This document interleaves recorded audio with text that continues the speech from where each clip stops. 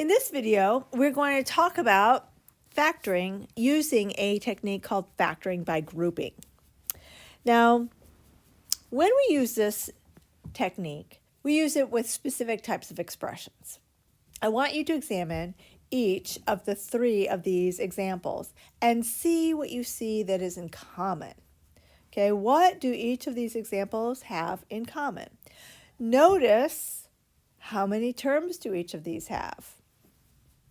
Hopefully you said 1, 2, 3, 4, right?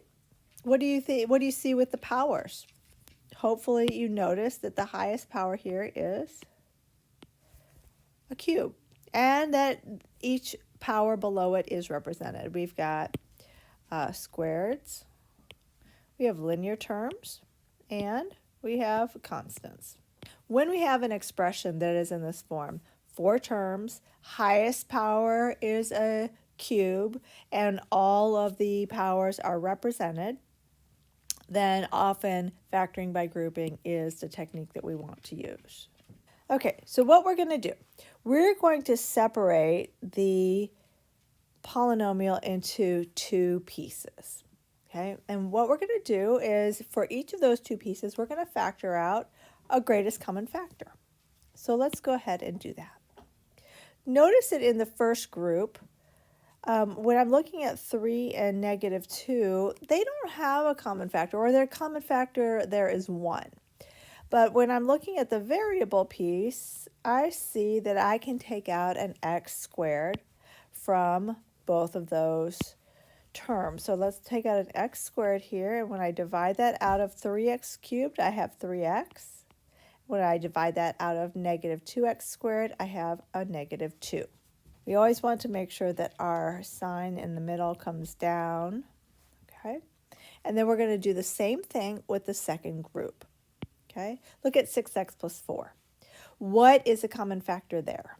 Hopefully you know that to be 2. So if I take a -2 and I divide that out of the -6x, I'm going to get positive 3x. And if I take that 4 and divide it by -2, I'm going to get a -2. Now notice that what results here is a lot like the third example when we factored by grouping. So do you see the common factor? So we have 2 groups again, and there's a common factor in those groups. That common factor is 3x minus 2. So we're going to identify that as the first factor. And then we're going to divide it out and see what's left. Okay, what's left? In the first group, x squared is left. And in the second group, -2 is left. And that would be completely factored by grouping. Let's do the next one. All right, same idea. Let's start by dividing the polynomial into 2 groups. All right, take out the greatest common factor in the first group, which again is going to be x squared.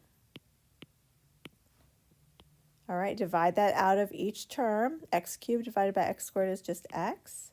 3x squared divided by x squared is -3. All right, make sure that you bring down this sign. And then we do the same thing with the second group. Take the 4, divide it out of each term. 4x divided by 4 is x. -12 divided by 4 is -3. All right, beautiful. And of course, we have now 2 groups with a common factor of, say it with me, x minus 3. All right, and then if I divide out the x minus 3 in the first group and the second group, what's left is going to be x squared plus 4. All right, last example. Let's do it. You think you can do it? If you think you can do it, pause this video, do it, and make sure you can do it correctly. Oh, I highly encourage it, and I believe in you. When you're done, just come on back and we'll pick it up from there. Let's take and divide the polynomial into two groups. Take out the GCF in each group. So in the first group, we've got 5x squared as our GCF. Then we'd have x minus 1. In the second group, it's a little tricky. We need to make sure we bring down the sign. And then I'm looking for a GCF of x plus 1. And the only common factor of x in 1 is just 1. We want to make sure that we write that. Okay, because now we're going to divide out that negative 1 from the negative x, and that's going to give us positive x.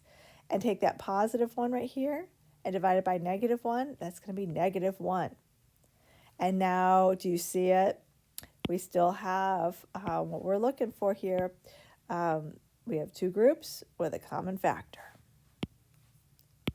So we can divide out that x minus 1 in both, making sure we identify it as one of our factors. And then what's left is 5x squared minus 1. And there we go.